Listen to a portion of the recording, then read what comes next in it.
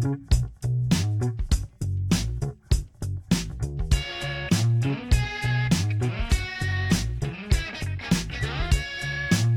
gang has assembled, and here I am to welcome you once more to the gracious guest show. Well, let me just throw this out there right off the bat. I'm your host, Mike Creevy, first of all, in case you've never tuned into this podcast before.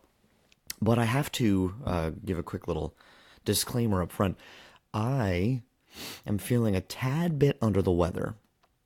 And on top of that, it's super early, and everybody else is still asleep in the house. So I'm trying to, first of all, speak a little more quietly, a little more hushed tones, and then that magnifies my froggy voice.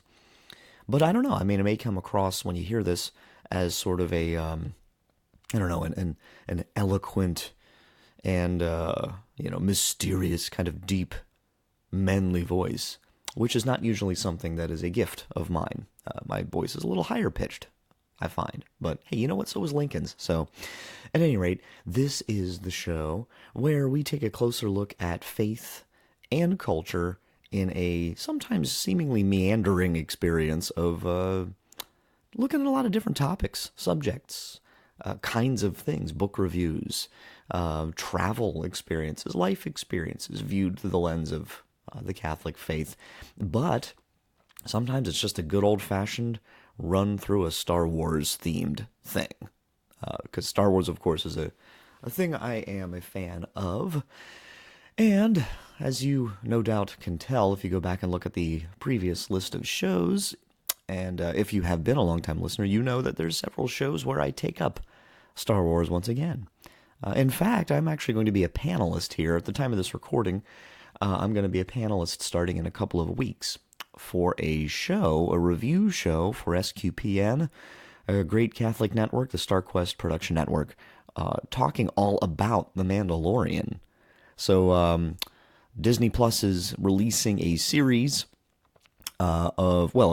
several series, but they're going to start with this show, The Mandalorian, which is going to be a weekly series, weekly drop. I think that they're going to put it out there that covers new characters and no doubt weaving in old ones and also predicting future ones or foreshadowing future ones. And it's set in the timeline just a few years after the end of Return of the Jedi.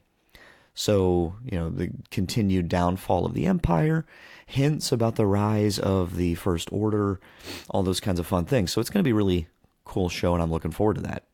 But that's not what I'm here to talk to you about today. Because as you have seen the title of the show, Dare We Hope That Kylo Ren Be Saved.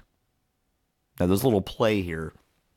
First of all, obviously, if you're listening to this show after December 20th, 2019, you won't really need to get anything out of this, most likely. So this will be antiquated at that point. But I'm recording it in October. And, we know that the culmination of the Skywalker saga is happening here with Episode 9, as they've said over and over again, and all sorts of those really, really delicious marketing teases that they're throwing at us all the time. They know what to do. They know what Star Wars fans want. And in my opinion, they've been delivering. Now, I know there's a huge debate still out there about Episode 8. Fair enough. It wasn't my favorite, but I just did not at all get the sort of visceral reaction that so many people did against it. And honestly, the reasons I like Episode 8 are not the same reasons that other people seem to like Episode 8 in a lot of ways. I like Episode 8 because of a lot of biblical and Catholic connections, quite frankly, that I didn't hear anyone else talking about, except one good friend of mine, Nick Astle, the theology teacher, one of two theology teachers. They're both great, up at my old school, St. Joseph's Catholic Academy in Boalsburg. So kudos to you, Nick. Here's a shout out. So if you want, though, to hear more of that specifically about Episode 8, I suggest you go back and check out my review of it a couple years ago. But for now, this title of this episode is a riff on a Catholic theology book. Came out a couple decades ago by a guy by the name of Hans Urs von Balthasar. And von Balthasar was a Swiss theologian. He's a Jesuit, and he was, widely sort of acclaimed and deeply respected by both Pope John Paul II and then Cardinal Ratzinger, Pope Benedict XVI. And he wrote a lot of different theological works, made a lot of different contributions, but what he's perhaps most famous for, at least in recent years, was a book that he wrote by the title of Dare We Hope That All Men Be Saved? And the book basically explores that question, and it goes to the heart of a theological issue, a theological term, apokatastasis, apocatastasis, okay? Big long word. It basically has to do with the question of universal salvation. So this isn't really going to be a theology podcast. This is just to set this up. Von Balthasar essentially argues that while it is, and he affirms, that it is official Catholic Church teaching that we must not make a just flat positive affirmation that everyone will eventually be saved and be in heaven no matter what they've done. That somehow in the end, in the mystery of God's mercy, no one can ultimately, definitively really say no to God and really reject him. In other words, go to hell.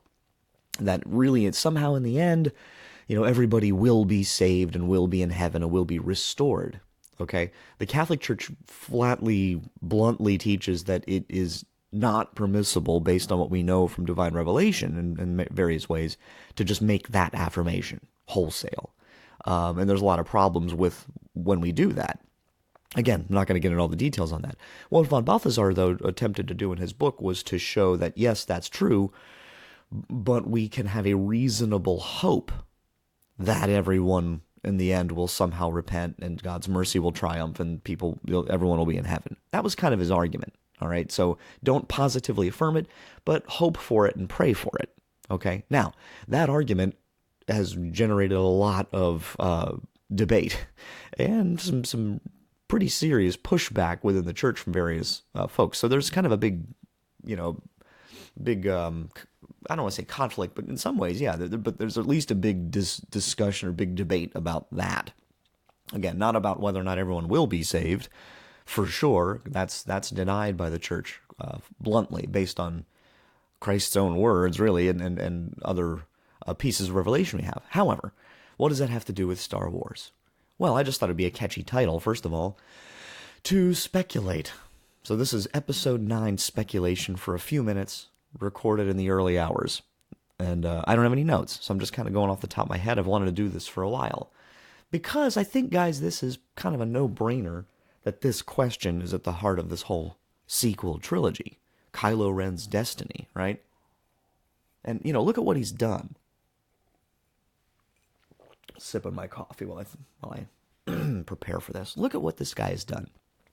Here you have, the grandson of Darth Vader. Like that's clearly the lineage he wants to follow. But take a closer look.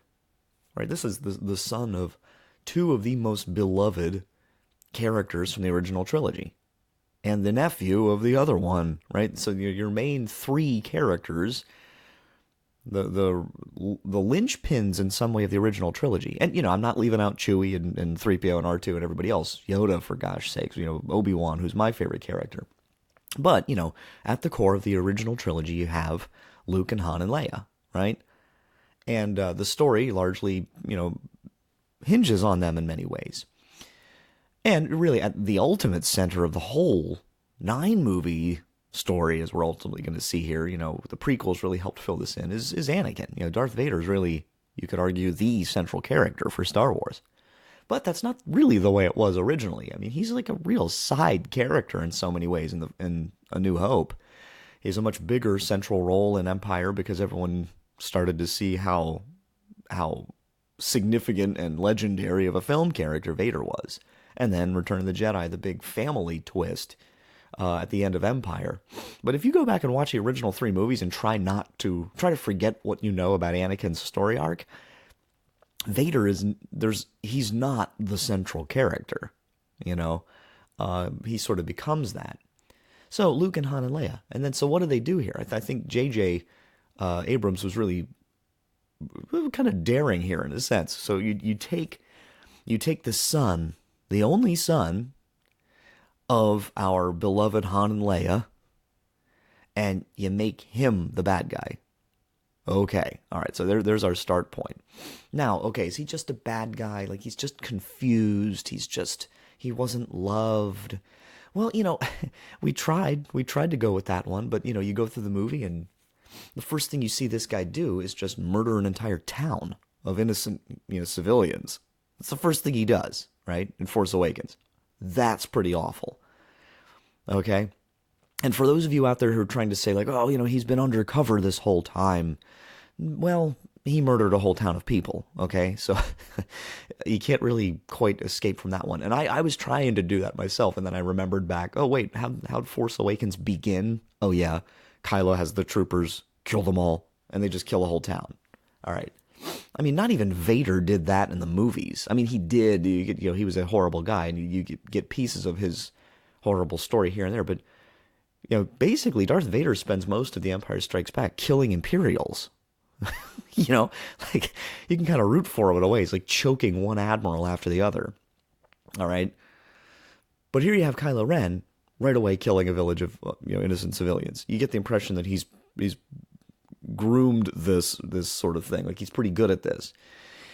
And then he goes around and he's hunting Rey, and he's like his grandfather, then throwing Imperials, or in this case, First Order officers left and right. And he's like a petulant, tamper-ridden child. And it's funny in a way, because it's so extreme. And when he sees temper tantrums and he screams and yells and slices up that display when they tell him that, that they lost the droid, then he just looks over his shoulder. Anything else? He's not exactly like Anakin. But that's there. Like, you almost get this, like, family tree thing. Like, he's got that anger, right? But then it all builds up, right? The big coup de grace at the end of The Force Awakens, he stabs Han Solo through the heart, okay? And lets him drop into the abyss. And he seems conflicted. There's confusion about that. Okay, yeah, true. But let's look at what happened. Okay, he killed one of the most beloved characters in the history of Star Wars, for real. Han's not coming back. You might see his ghost or something, but Han's dead, folks. All right. And don't forget, it's so much worse than that, because it's his dad. All right, he killed his own father. That's, in every culture in history, there's something especially dark about that, right? Patricide. I mean, it's the stuff of Shakespeare. It passes the test of time because it's such a horrible rift. It's such a horrible renting and tearing of one of the most fundamental relationships we have. You could argue that the only, in a sense, worst thing you could maybe do is kill your own mother. Right? So, mothers, fathers, matricide, patricide, like, these are deeply dark, horrible things to do. And let's bring in some theology here for a sec. They are grave, grave mortal sins, which is so much more than just saying, oh, it's a bad thing to do. You broke a rule. No, it's worse than that. You broke a rule, yeah, but the rule exists to guard something great, to guard a fundamental relationship, an aspect of who you are. So it's this ultimate sign of Kylo Ren trying to make as much of a break as possible to reject who he is. But also, in a weird way, though, it's selective, because he doesn't want to reject who he is when it comes to trying to follow his grandfather's evil lineage, or his grandfather's evil legacy, I should say. And we wonder, like, clearly he was raised being told the story of Darth Vader's salvation and redemption. I mean, that was the whole point. That was the end of the story. Was Anakin repented and came back, and desired restoration of his identity and his relationship. He cast off the armor in a sense. He takes it off the mask at the end. Let me see you with my own eyes. Like the mask is hiding in a sense. It's the whole apparatus for Darth Vader is the sort of symbol of his fallen, distorted nature. And taking it off is this idea of, even though he's going to die in the natural order, he'll now have this kind of resurrection into his true identity that he had marred and attempted to destroy altogether. Right? That's the whole point. That's the story, right?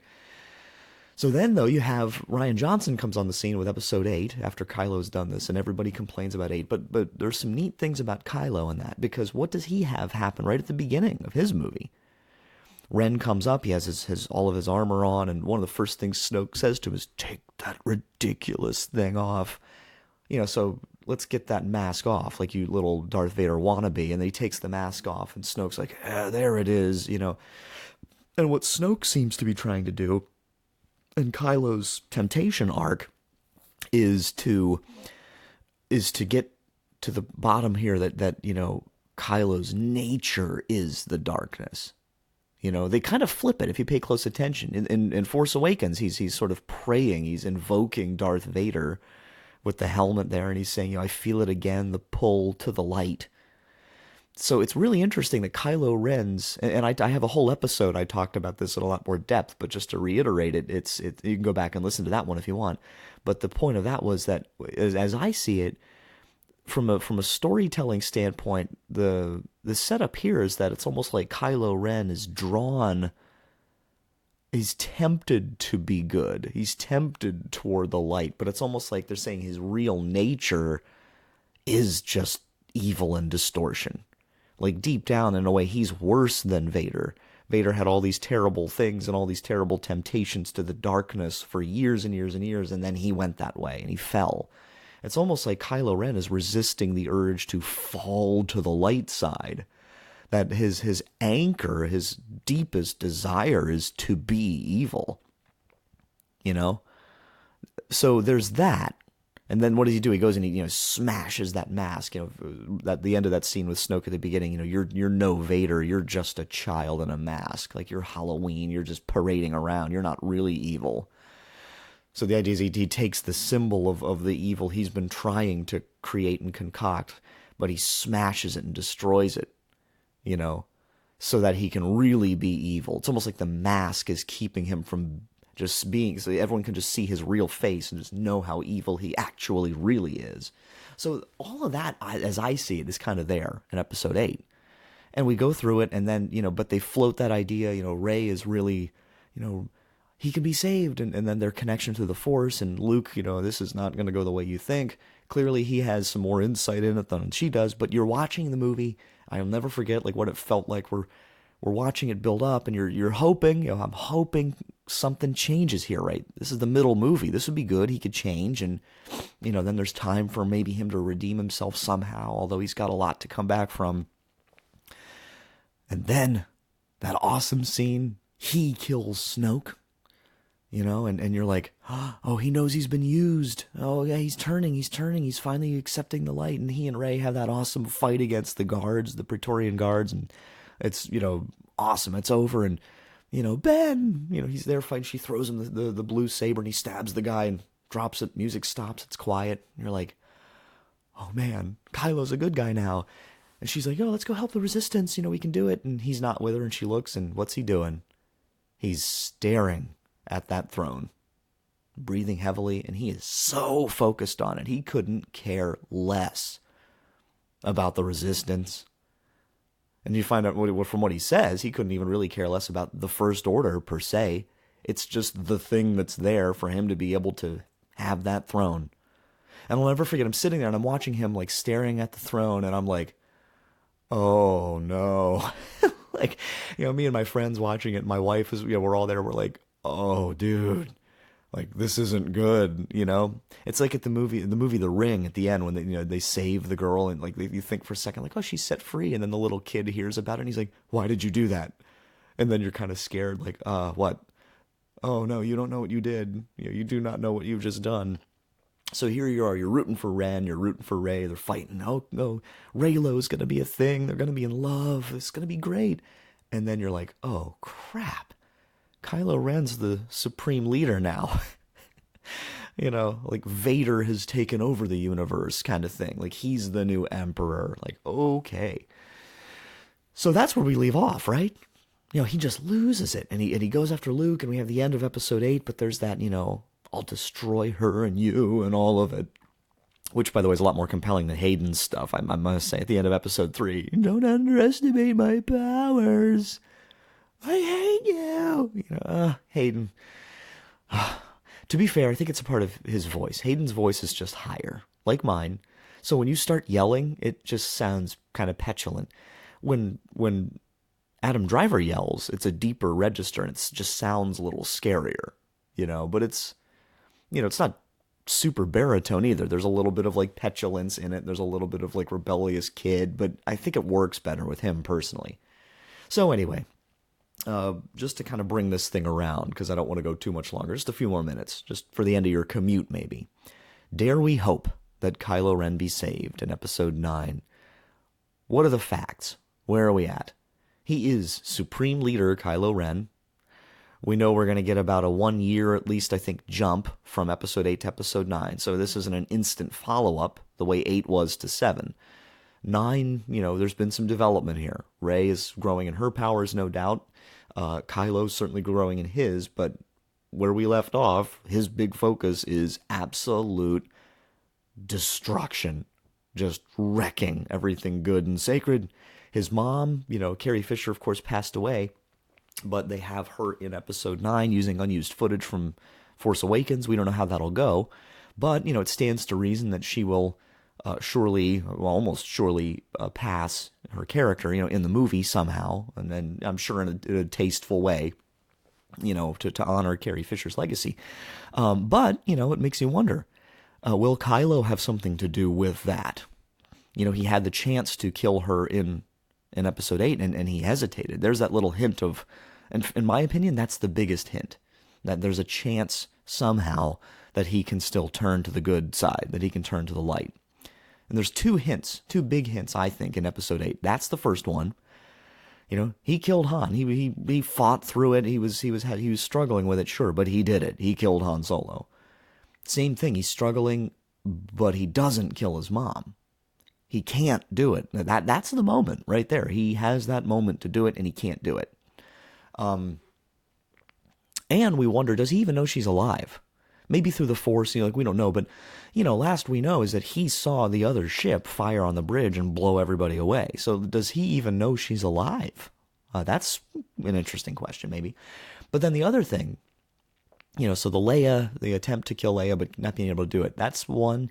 And then I think the other one is when he's asking, or basically inviting Rey to join him after they have that fight with the Praetorian Guards. He goes, Rey, join me. And he holds out his hand. We've seen things like that before, like join the dark side, right? No one ever says, please. Now, I may be overreading this, but I keep thinking this is significant.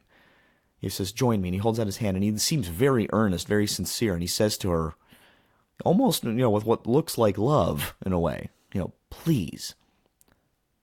Right? Darth Maul doesn't say please, folks. Vader didn't say please. They're not very polite. Please and thank you is not really in the lexicon of a Sith Lord, okay? So Ren is something different. And maybe there's hope there. Maybe we're seeing a different kind of redemption possible here. We know the Emperor is somehow back. We know Palpatine. I think they've confirmed he didn't survive the fall, because that would really undermine Vader's sacrifice. That would be a huge mistake. And even with the Emperor being present in any way in Episode 9, I really believe that's just absolutely proof that somehow Anakin has to have a very active role in this movie somehow to finish it off, And maybe that could even be a hint. Help me finish what you started. Maybe Ren meant that in episode 7 as a whole, ruling the galaxy for the Sith kind of thing. But maybe that comes true in a way he didn't anticipate. And maybe his grandfather and him are going to work together to destroy the Emperor, to finish what Vader started. In other words, the destruction of Palpatine. That, I think, would be the best way for this to go in Episode 9. If Ren can be involved in that and truly leave Kylo Ren behind and become Ben Solo again, even if he dies in the act. And to that end, I don't know what I think would be better. I mean, I don't want it to just be a copy of the Vader thing, but by the same token, I don't yet see how he can repent and survive. I mean, there's a lot of people out there who want him dead, but you know what? There were a lot of people who wanted Paul dead. Right? Saint Paul, okay? Saint Paul was, in a sense, the Kylo Ren of the biblical, New Testament era, and he actually converted and became the greatest, saint of his age, or one of them, So from a Catholic perspective, I do not rule out that Kylo Ren can indeed be saved. I hope and pray, in a sense. Okay, as a moviegoer, my movie prayer, if you want to call it that, my hope for that movie is, yeah, sure. I hope somehow they can pull that off. I don't know how, though. Okay, they really, I'll put it this way. If they do it, it's got to be really good and really satisfying, because they knew where they were going with all this, one way or the other, and storyboarding it. They had, these people know what they're doing. So I am really excited to see Star Wars Episode 9, The Rise of Skywalker. I'm sure you guys are too if you're listening to this and if you've hung on this long for this podcast. Thanks so much for tuning into The Gracious Guest Show. If you want to check out the website, it's thegraciousguest.org is the website. If you want to email me, it's thegraciousguest@gmail.com. Or at Gmail, at gmail.com. That's the direct email address. You can also just send me a message through the forum on my website. My website's great if you want to check out blog posts, other fun things for the podcast on there, as well as presentation opportunities. If you want to have me at your parish or your Catholic event, or your Christian event, doesn't have to just be Catholic. It could be whoever. If you like something you see on the presentation page, have me over. I'd be happy to come and visit. So thanks so much for tuning in today. And until next time, don't forget to wonder. Take care.